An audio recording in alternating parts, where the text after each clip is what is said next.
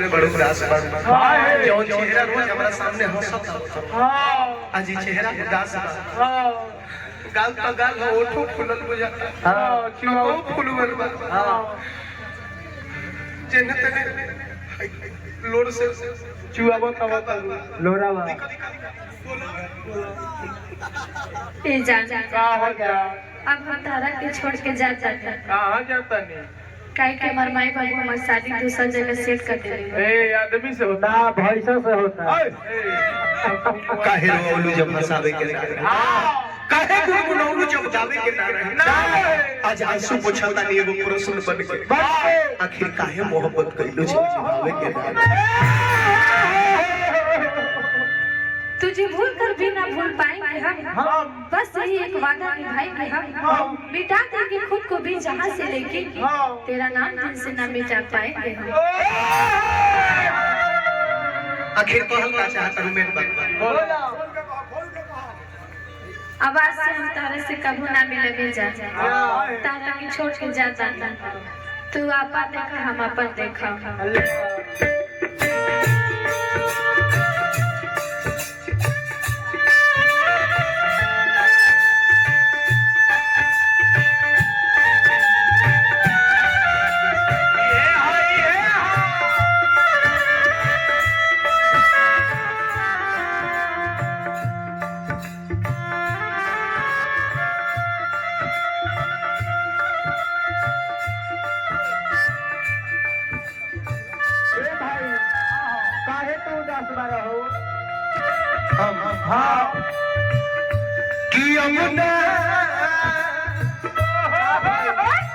मिली है हमार जान हमके आशा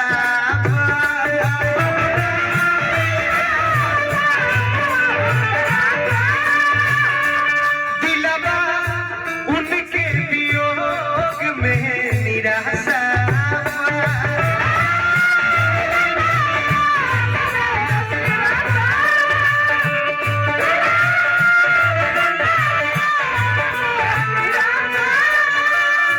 तमन्ना सुझे नहीं लागे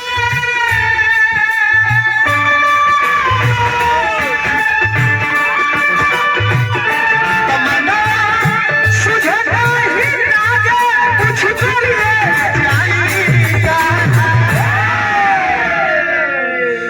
तू ही बोला ये सदा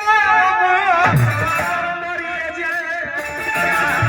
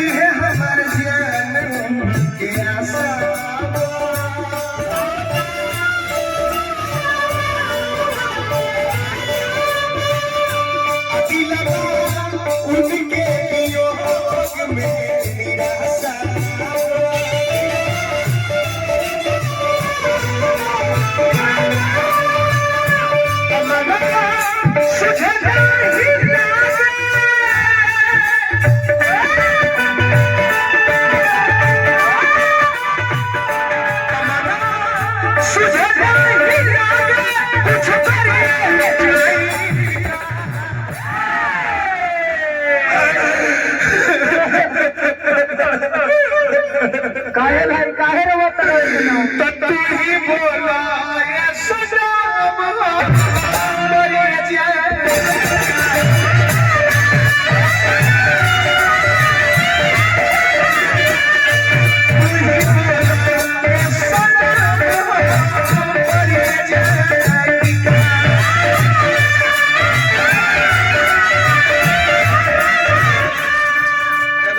सुन ला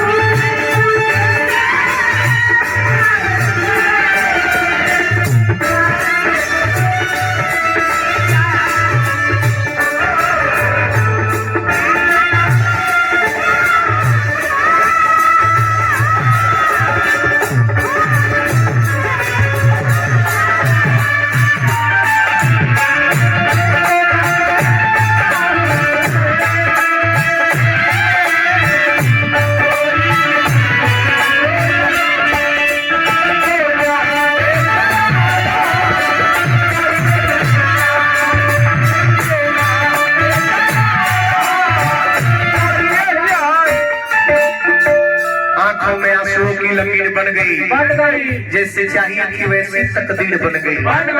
अरे पगली, हमने तोरे पे सिर्फ उंगलियां घुमाई और जब गौर से देखा तो तेरी तस्वीर बन गई।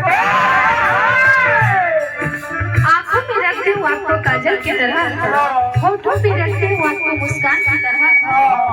आप जहाँ भी रहिए खुश रहिए, क्योंकि मानती हूँ मैं आपको भगवान ने कमन तू छोड़ के ना जाए तू कहीं ना कहीं हमारा स्थान राक्षस के तू दे दे बड़े। तो राक्षस से सब कोई दूरिये बना कर रहला, भगवान के तो लोग पूजे ला छोड़ल ना चाहेला। तो इस शायरी तहर सुख करत नहीं के।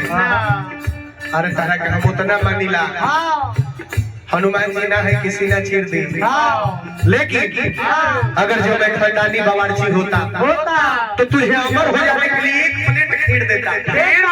अगर जो इस रामायण का हनुमान होता तो तेरे लिए मैं अपना कलेजा चीर देता। अगर जो इस देश का प्रधानमंत्री होता तो तोहफे में मैं तुझे कश्मीर देता। अगर जो इस देश का सबसे बड़ा आदमी होता अरे पगली तो तुम्हें विश्व सुंदरी बनने का तकदीर दे।